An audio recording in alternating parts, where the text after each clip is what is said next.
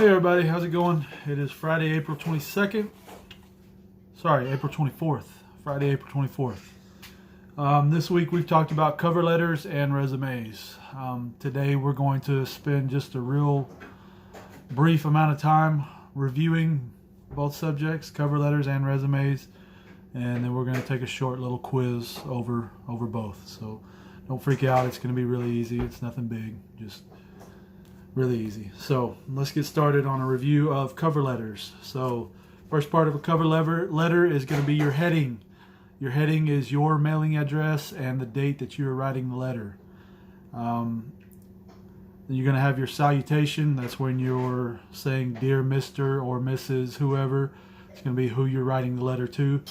If you don't know their name, you don't want to use to whom it may concern or to whoever is in charge or something like that. You want to say dear hiring manager or something along those lines. But you want to try your best to try to find out the actual name of the person so you can make it more personalized. In your introductory paragraph, that's where you are telling why you're writing the letter. So in response to the February 24th advertisement in the Daily News, I have enclosed my resume for the receptionist position. Tell why you're writing the letter. In the first and second main paragraphs, that's where you're going to start highlighting your skills and your qualifications and trying to sell your skills and your knowledge to the employer. Try to point out why you're a good fit for the position. Then you got your closing paragraph. That's when you're going to thank the reader and you're going to request an interview. So closing paragraph, you thank the reader and request an interview. Then if you have any enclosures that you're sending with the cover letter, such as your resume, you would write or type in enclosure at the bottom to let them know that you have included enclosures with the cover letter. All right. So we said the heading of a cover letter should include your address and the date you're writing. If you don't know the name of the person that will be reading your letter, you need to put dear hiring manager. Don't put to whom it may concern. The introductory paragraph of a cover letter that tells why you're writing it. Okay, let's move on to resumes. So, parts of a resume.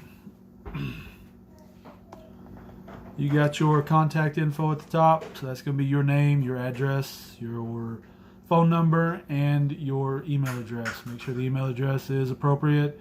Make sure all your contact info is up to date and current so that they can get a hold of you.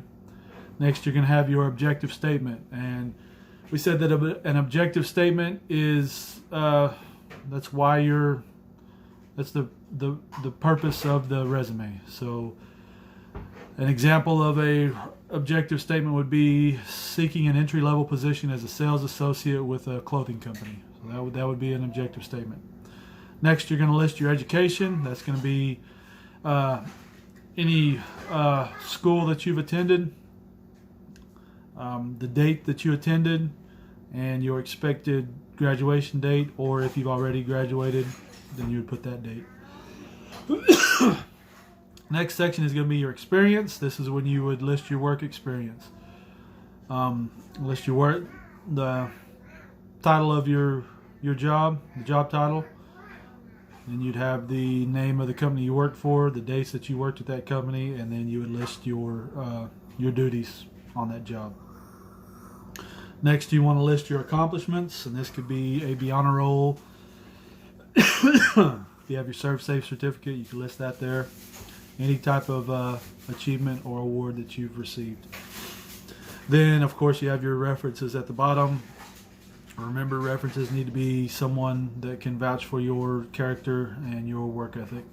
And they need to know that you're using them as a reference beforehand. And most of the time, it needs to be someone who is not related to you. All right. Look over a couple more things. So we talked about two types of resume formats. We talked about a functional and a chronological one. I said that the functional resume would work best for you guys with little or no work experience.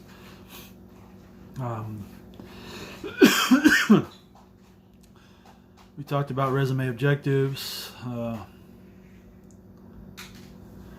A resume should be as short and concise as possible. So you want it to be short and to the point. You don't want it to be too long, and then for sure it should never be more than 2 pages. All right. And you want to make sure that you have someone proofread your cover letter and resume. You don't want to have any grammatical errors, spelling errors, or anything like that. So always get your cover letter and resume proofread. Make sure you don't have any errors. Alright guys, that was just a real quick review over the topics that we talked about this week. Let's go ahead and do this quiz, and if you were listening to my little review just now, you should have received all the answers for the quiz. So you guys get to work on that, and I will talk to y'all next week. Bye.